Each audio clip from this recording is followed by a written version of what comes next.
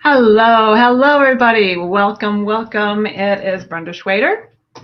I am here with, as the kickoff host, I guess, for the Great Bead Extravaganza Tucson experience. Since I'm the only Tucson member of us original 17, I want to welcome you. And we just thought this was actually Andrew's idea. Thank you so much to Andrew for volunteering me. And I'm so happy and humbled to be able to do this. Hello, Terry. Thanks for popping in. This is only my second time on StreamYard, so I'm a little bit like, how does this all work? But so excited today to be able to sort of kick off this fabulous weekend event. Make sure that you follow, I think it's at 6 o'clock my time, 5 o'clock Eastern, no, not Eastern, sorry, it's 5 o'clock Pacific time for the project preview that you're going to be seeing. So stay right here at, if you happen to be watching, on the Great Bead Extravaganza group page, and make sure that you scroll down if you haven't already and hit that button to register for the giveaways. Lots and lots of good stuff from all of us. Hi, Joellen. Hi, everybody. Hello, Facebook user from Norway. So that brings up a big thing. If you love to continue watching live broadcasts, a lot of them are going live from StreamYard, so get on there and register with StreamYard. There might even be some sort of like little link that you can do so that we can see who you are instead of just Facebook user, because there's a lot of you out there. So hi, Sue Delay. Yes, yeah, so because Tucson, the gem show, has been postponed for 10 weeks until this April, we wanted to do a little bit of something just to kind of get that experience back. We love seeing everybody. This is our mecca, right, for the bead world, and we sure love it out here. And I get to be out here all year since I live here now. Hi, Debbie. Hi, Lynn. And so we wanted to recreate that community. And we so love you guys. The Great Bead Extravaganza community is now 5,000 people large and growing all the time. And we want to keep coming to you and giving you as much great content and beady love as possible. So I put together, at Andrew's request, a little desert walk, and this went through many, many iterations. But I'm proud to say that I was able to partner up with Tohono Chul, which is a beautiful, beautiful, beautiful park that is right in the middle of Tucson. If you're familiar with the streets out here, if you've been out here for the gem show in the past, it is at the corner of Oracle Road and Ina. I might have that wrong. Ina and Oracle, maybe. Still don't know my streets very well. But hi, Kimberly. So we have a little pre-recorded desert walk through their park, which was about the best we could do because, you know, we don't always have great internet speeds in parks at the desert. That's why I went through a couple different iterations. So without further ado, and I will say that all of us 16 will be starting with those these beautiful presentations tomorrow through Sunday. I'll also be doing the finale presentation. Hi, Laura. And I just want to welcome you and say take as advantage of as much as possible. We have put a little bit more room in between. We're going for 1 hour segments now instead of an hour and a half, so that you do have time for potty breaks and maybe to grab a bite to eat. But if you are as into this as you have been in the past, make sure to stock up with lots of snacks, because we don't want you to go hungry this weekend. We're looking forward to it as much as you are, and again, please do stick around for that preview in a little bit. So there's going to be a couple different segments. I'm going to let you know a little disclaimer here. I'm not a camera woman. I'm not a professional interviewer. So I have a little bit of mercy and patience with, and I'm not a video cut editor. So, but I think it's still some really fun content, and I'll meet you back on the other side. Okay, are you ready for this? Let's hope all the tech works. because my husband is in the meeting. All right. Mwah. See you in the flip-flop. Let's go to here and here and there. Woohoo! So you can probably still hear me, I hope. This is the Desert Walk with Brenda at Tohono Chul Park, the great Bead Extravaganza sponsored event. Here's us, just so you can see a cute little picture of the three of us together, and that's me, of course, in the center. And we will introduce these other guys here. Well, welcome everybody. We are here at Tohono Chul, and this is one of the gems of the Tucson area and parks. And I'm here with Stefan and Janelle, and I'm going to have them take it away. We're going to do several segments, and they're going to tell us all about a beautiful Tucson arid environment and all that goes with it. So go ahead. All right, wonderful. Well, thank you. Yes, like you said, my name is Stefan. I'm the Interpretive Programs Manager here. And then with my friend Janelle, we're going to take you around. Okay, great. And I'm Janelle. I'm a docent. And I want to say one thing before we get started, which is thank you to the Wilsons, to Dick and Jean Wilson. Dick Wilson was with the university right here in Tucson as a geologist. So we're going to visit some of his special spots here in the desert. And you'll see that we truly do have some real rock gems here. Welcome. Well, thank you so much for that. And where will we be going next? So we're going to go up the succulent path up to the most gorgeous rock you've ever seen. Okay, I'm ready for that. All right, let's go. All right, hold on. Okay, guys, now we're going to go up the path, and we're going to see the most beautiful rock that they are telling us about. Okay, we're at the overlook here at Tohono Chul, and I just want to introduce you to our malachite and azurite sample that we have here. As you can see, basically it's a copper ore. The azurite and malachite are different states of oxidation of the copper ore. The blue one is the azurite. The green one is the malachite. And basically, through time, as the azurite oxidizes more, it turns into our malachite. So eventually, this whole thing will be all green. It's beautiful. And what makes it go at different paces, or what makes it go at different colorations? Oh, that's a really good question. I know the initial oxidation state of the ore kind of depends on where it was formed and how it formed a long time ago. I don't really know what kind of rate it goes. It's slowly been kind of breaking apart, weathering. Oh, so and getting colorful. Oh, really? Colorful on the inside. Oh, look at that! It's splitting. And yeah, it's just now that it's exposed to the elements and it's weathering, it's just breaking apart. Oh, I love that. And why would we do anything but just go with what's nature's already started, right? That's right. Go with the flow. All right. Okay. So where will we go next?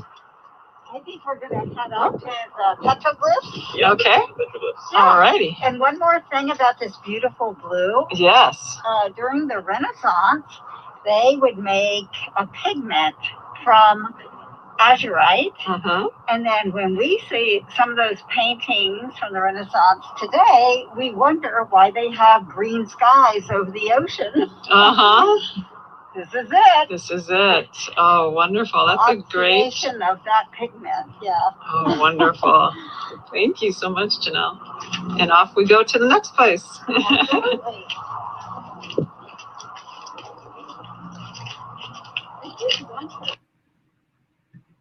Okay, so you'll see why I titled this one "We're Barely a Speck in Geologic Time." It was a great quote by Stefan himself. But I just wanted to kind of do a little disclaimer. I will post some of what she's talking about, the petroglyphs or the newspaper rocks, just didn't make it into this particular slideshow. So enjoy this next bit. Oh, this is one of my favorites. This is petrified wood, and I know that you would be able to walk here and just lift it up into your arms and run away with it, except that it weighs way too much. If you can picture this was a tree, and the tree with its organic makeup is lying in a stream or a swamp, and its water passes through the rotting organic matter. It leaves behind crystals, right? And Okay. You're used to working with crystals. Sure. So it leaves the crystals like a sand cast, as if you were making a sculpture. Okay. So the organic matter rots away, the crystals settle into the form that it leaves behind. Okay. And makes petrified wood. So that was once wood and is now rock. So that explains why it's so much heavier than, well, wood is heavy, but this is just amazingly heavy. Right. I don't think I'd be able to lift a quarter of it. No. And the person who put it here, I'm sure had a hand truck or more. Exactly. That's great. Stefan and I are going to take you to one of our favorite places in the park because it reflects the efforts of Mr. Wilson and his geologist friends. And it's a very unique structure. People come from all over the world, especially when they're here for the Gem show, to see this. This is the hot button. Yeah, let's go. I'm so spoiled.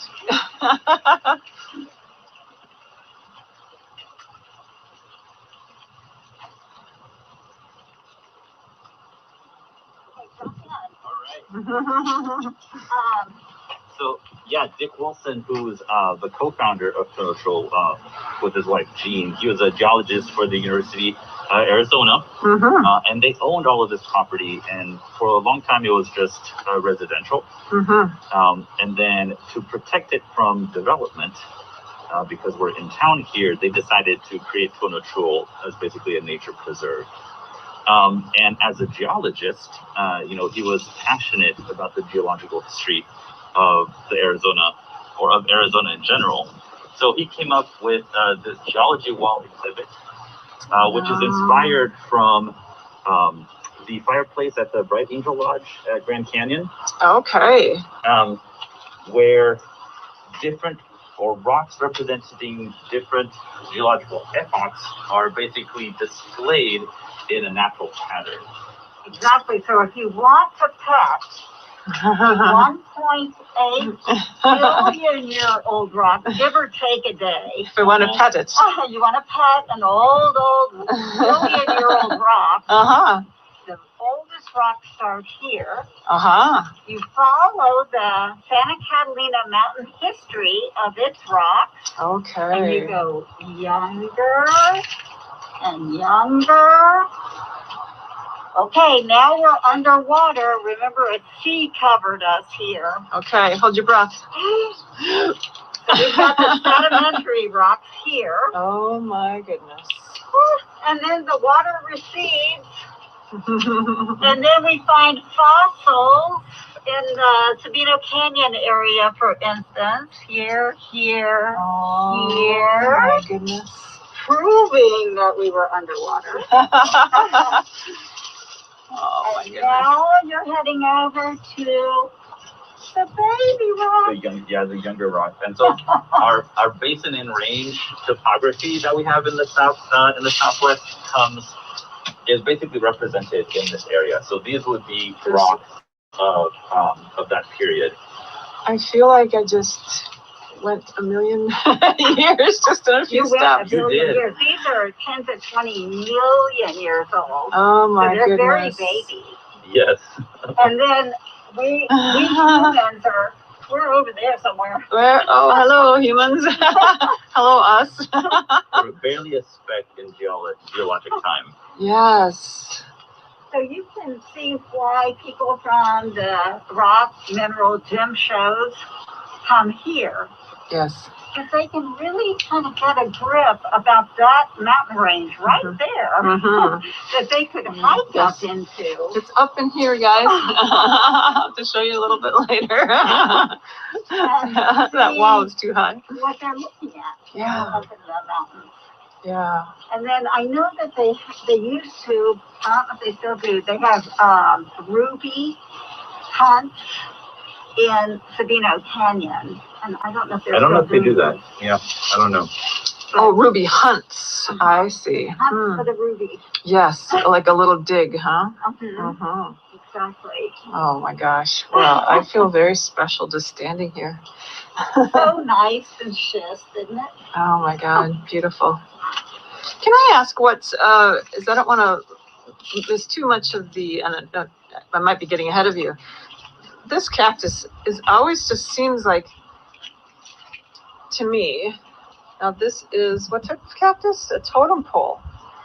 It looks like a rock almost. It's so, that's a good word for it. It's a genetic variant, right? So it's a varietar of the totem cactus. I think this one is Monstrosa. And basically the cactuses grow from the tip, right? And so you can see the tip right here. Yeah. So they kind of grow like trees. The new growth of the trees are the ends of the branches, whereas a grass, the new growth of a grass is the base of the grass. Oh, yes. So cactuses grow like trees, not like grasses. They grow from the tip. And so basically the crown where it grows isn't very regular in shape. So it kind of grows all over the place and has this very textured cactus look. Well, I mean, for some people, like I used to be, I just thought all cactuses had a lot of thorns.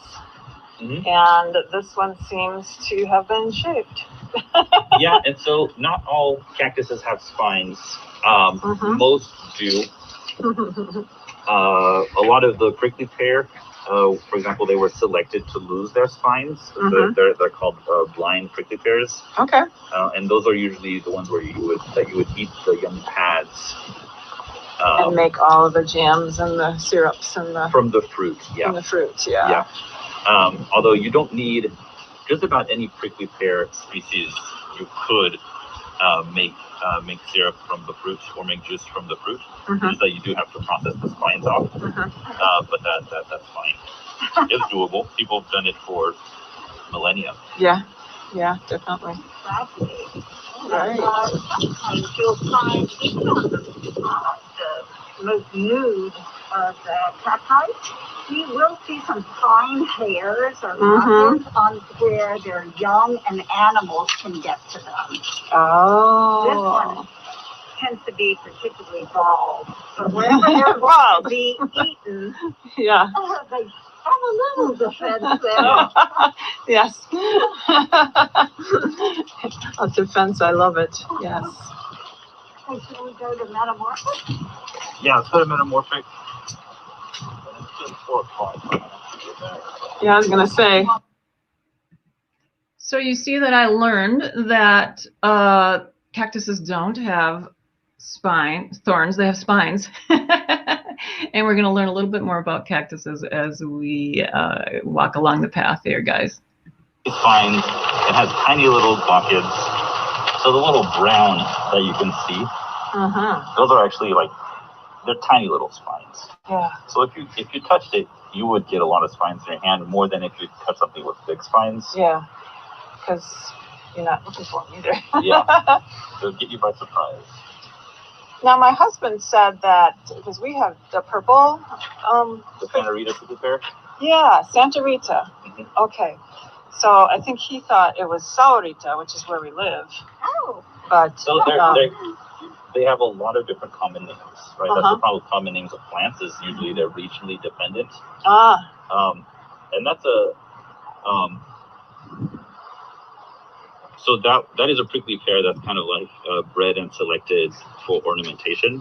Okay. So that's why it has that little like red. That's why that red color is so pronounced. You do live in the Santa Rita. Yeah. So all of the, I mean, any cactus under stress can develop that red color. Oh. I don't like that it's stressed. And so with the Santa Rita, they're not stressed. That's just, they kind of exhibit that color all the time. Okay. Gotcha.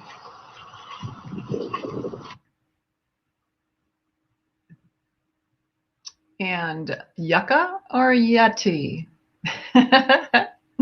We will see. Make a little soap out of the soap tree yucca. The yucca. Make sure you use the root though. Use the not root, the leaves. not the leaves. This is the one I call the yeti. Yeah. You can make sandals out of this part. Oh wow. They're so funny looking. Sorry, tree. So that was just a quick little one. Now we're going to go into what is a metamorphic rock. And as the hint here is that it's a rock that actually changes its physicality due to an existing rock by great heat and pressure. It's really beautiful to see. I never knew this before. So enjoy this one.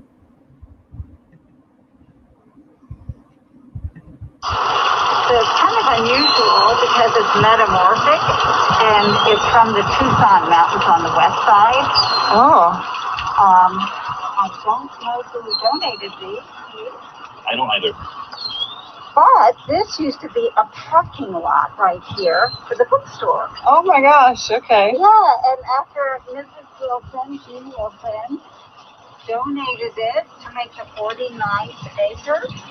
Oh. They had designers, landscape architects come in and design this area to represent 10 green gardens, 10 vignettes. Oh, wonderful. So that people who are visiting Tohono Chul and they live here and they want to have a garden just like this one, they can see what they need for that garden. Oh, great. Here's an example. That's columbine over there, the little short green. And yet columbine normally was only up in the mountains. But here it's living in the shade of this wonderful Mexican blue oak. Which is above us. And so all of these gardens are arranged to use no irrigation to little irrigation to a lot of irrigation. And you go to our websites and basically get the garden designs for all of these little vignettes. Just post it on our website for inspiration on what to do. Beautiful. You know, they did talk about vignettes, you guys, and I almost want to go back a whole another time and talk about those. Just really did a beautiful thing. I didn't really get we didn't have a lot of time to do all justice to all of them, so I kind of just threw them all out and we kind of moved on to this next one. But if you guys are in town, let's go together and we can see these beautiful vignettes. And this that we've stumbled upon is what, Miss Janelle? These are grinding stones. Mano, imitate, mortar and pestle. Oh, wonderful. And can you imagine the females' arm strength and how buff they must have been? So, for instance, this one wasn't used for nearly as long as this one was. Oh, my goodness. Just carving down through and getting, not only grinding the corn and the mesquite pods, but also collecting some minerals from the rocks, right? Because that then goes into what they're cooking. And it's a great way to get minerals. Just like we get minerals from cast iron pan. Okay. Hey, Stefan, would you come here a second? Yeah. I'm going to hand you something. Okay. All right, ready? Ready. It might be heavy or it might be light, but it's really strong. What do you think? Heavy or light? This is not heavy at all. This is very light. Really light. How strong is it? It's very strong. Do you know what it is? I do. What is it? This is the saguaro root. Okay. So this is, the saguaros they're able to stand so tall because they have a series of ribs inside. A rib. And so Okay. after one of the sorors died, we basically just collected the rib and we have it here. Yes. And they use it over ramadas and as structures because they're so strong. I didn't know they were so strong. That's nice. Very strong, very wonderful. So yes, so I didn't know that about the saguaro ribs. I have to still figure out how to say that because that silly G is in there. But listen to this one. This is pretty darn cool too, guys.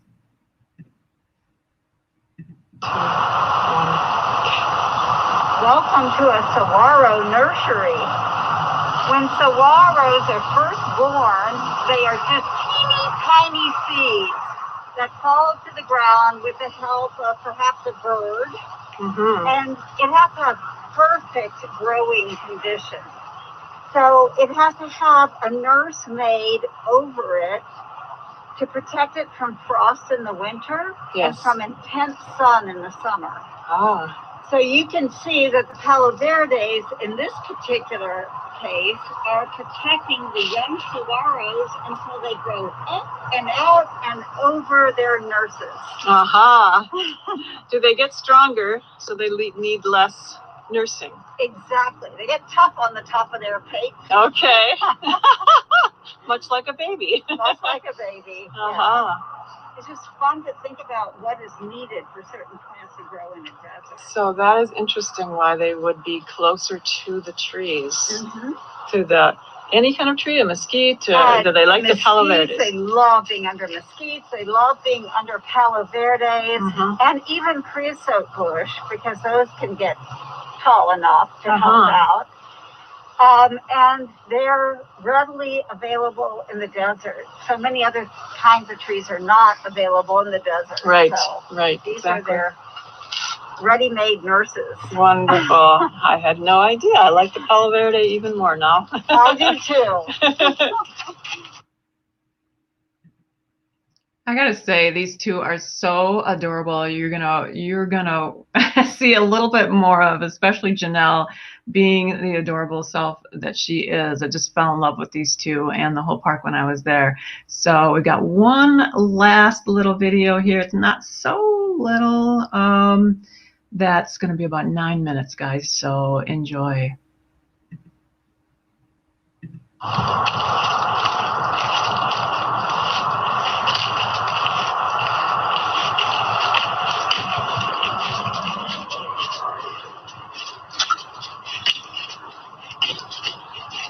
Children's Ramada. We tell stories to children right here.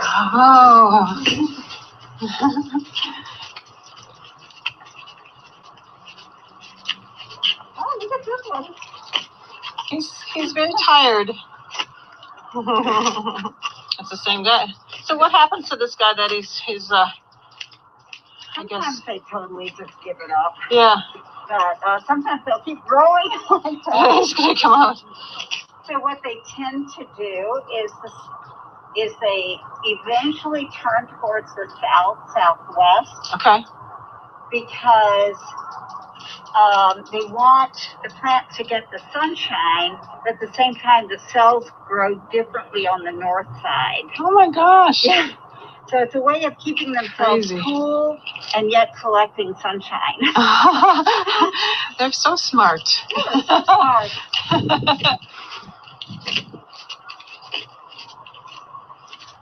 Janelle, as we're walking, we haven't talked too much about animals. Oh, yeah, let's talk about animals.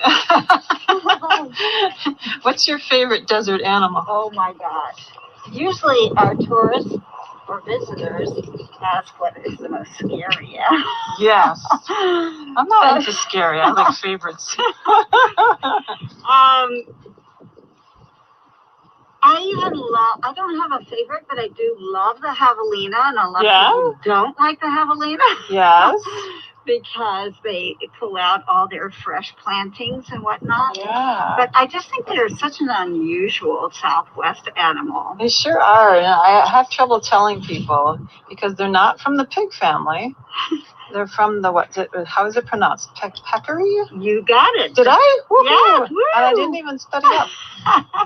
They are a peccary, so they're a distant cousin to the European wild boar. Okay. Yeah, a very distant cousin. But they do look like a boar. Yeah, instead of having the tusks on the outside, they have the tusks right inside of their mouth. So they had better dental plans. That's right, better dental plans.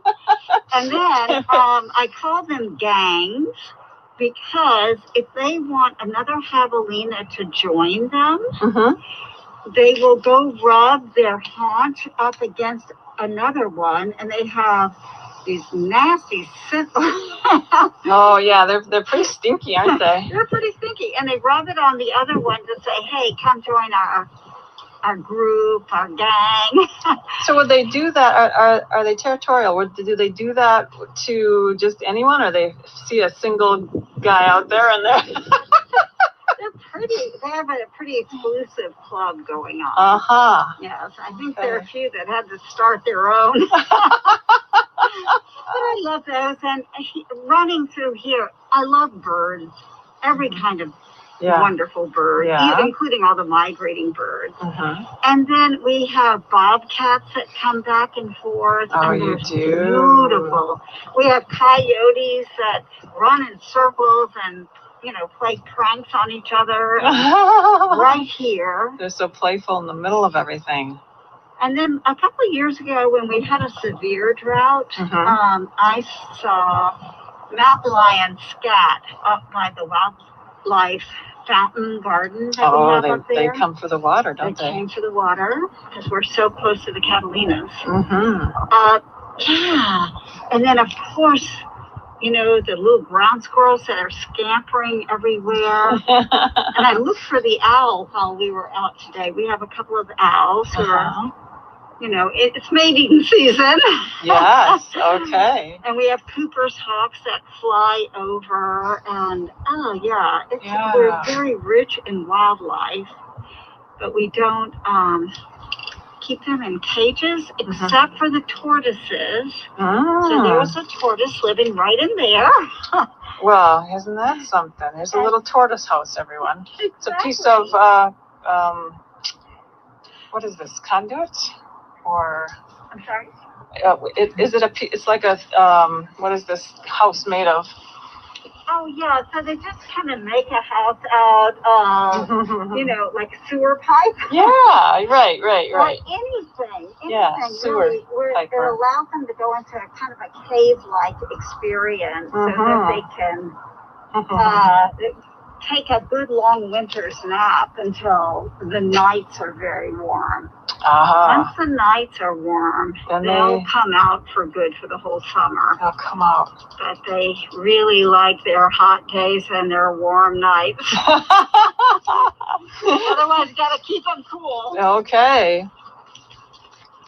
My favorite is the jackrabbit. When I saw the jackrabbit, my first one, I was driving, and thank God it was in a little subdivision, kind of a little further out, and I actually gasped and screamed out loud. They're so big. Yes, they're so big, and they're so erect. They're not hunched over like they're always sitting. Yeah, biggest ears you've ever seen. Oh, I love them too, and I've only seen a half a dozen. Yeah, they've gotten pretty rare. Thank you for remembering the jackrabbit. Oh, well, it's always top of mind for me. And I hear these little statues remind us of our quails that are scampering all over the place. So what we're going to do is come back right here by the exit. Okay. But even in Arizona, we have oases. Wow. Not very common, of course, right? So people often ask, well, aren't palm trees from North Africa and the Middle East? Yeah. Isn't that where all palm trees come from? But we do have native palms here. And we're going to do a little walk through a palm oasis. I can't believe it. Here I in the know, middle it's of very Tucson. exciting. These beautiful blue fan palms.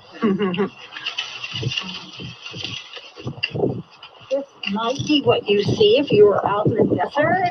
Then you know there's water in there. If you see that dense vegetation like that, all the palms. Yeah. You have to work your Gotta way come through from it. somewhere. Right? Here's an acacia. Yes. And here's one that's just putting out some green leaves because of our recent rain. So this is drought deciduous. Beautiful. Look at that. And then as soon as you have a rain, it starts putting out those leaves. Any time of year or this time of year? Yeah, anytime we have there's to some get rain. with the rain. And it's got enough energy to, Okay. push it out. Here's my thanks to the gods. Yes. My offering. We can make candy and rouge from the flowers at the top when it flowers. How do you get to them? Yeah, right? Here's another one of our just most beautiful rocks. We have two. Azurite and malachite. Wow, and this must have been donated as well. Yes, and this one. Also, the Morenci mine. Very generous. They were very generous to bring these in for us. Absolutely.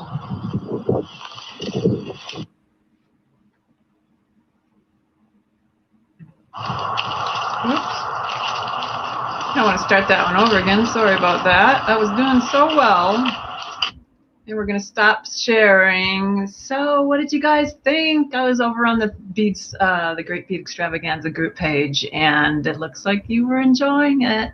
Thanks so much. I had to laugh because Stefan had to leave us part way. He had another appointment, but Janelle was generous enough to keep going with me for a little bit longer. I glommed onto her for a little bit longer. And she adorable as I wrote down a couple of, oh God, let's talk about the animals. And then when I told her about the jackrabbit, she's like, the jackrabbit. So very exuberant and so enthusiastic, which makes me think I should probably start a docent thing of my own for Brenda Schweder jewelry, maybe. And how do you get her over here? Because who wouldn't want someone like that to be talking about your business or this beautiful nature preserve that they have? So thank you. I'm going to try to see if I can't put in the comments here. Let me see here. I did. Look at that. I actually am organized enough to, let's cut and paste this. Nope, it doesn't want to do that. Okay. I'm still going to try though. I've got some links here that I'm going to, let's see, let's copy these, go back to here. I'm getting so good at this, knock on wood. So if you want to find out more about the park, like you couldn't Google it yourself, but here's some links. I know these work, they look a little scattered, but do check it out. And if you are a lover of nature and you say, hey, I really want to donate to their cause, you see what a beautiful park it is, and I'm sure you know that ain't cheap to keep up. Please do so, and just put a little note in it says from the Great Bead Extravaganza crew, because they were like, what are you doing and where is this going through? I was like, we're great, you have to do this for us. And so making a little charitable contribution of my own for doing this for them, but I just thought I'd throw it out there for you guys to see. Also, I put a link in there a little bit more about the history so that you can see their benefactors and from whence they came, the Wilsons, right? Yes, the Wilsons. They were the ones to start this whole thing. And honest to God, right in the middle, I'll post another like still shot of Tucson and kind of where it is within Tucson. It's within the city limits. And so real easy to get to when you do visit. Back to the Great Beard Extravaganza. Thank you so much, everyone, for joining us today. Please do join us. I looked up while you guys are watching parts of the video here. We do start a project preview at 5 p.m. Pacific. So do that time zone math yourself. Not good at it myself, so I'm giving you that task. 5 p.m. Pacific is the preview. And then we start all tomorrow again with 1 hour presentations, 17 of them into Sunday, all the way Saturday into Sunday. 1 hour presentations starting with Andrew Thornton from Allegory Gallery. He and William are going to be kicking it off in the morning, and they start at 8 a.m. Pacific Standard Time. Okay. I think that might be all of my notes. Thanks for joining me, guys, today. Mwah. I'm so glad to say special thanks to my husband and Jamie Yoshida. She tried to help me out this afternoon as much as she could help me in the midst of her busy life. You're welcome, everyone. Mwah. Love you, and we'll see you later at the Great Beard Extravaganza. Have a great and awesome weekend, you guys. Mwah. Love you. Adios.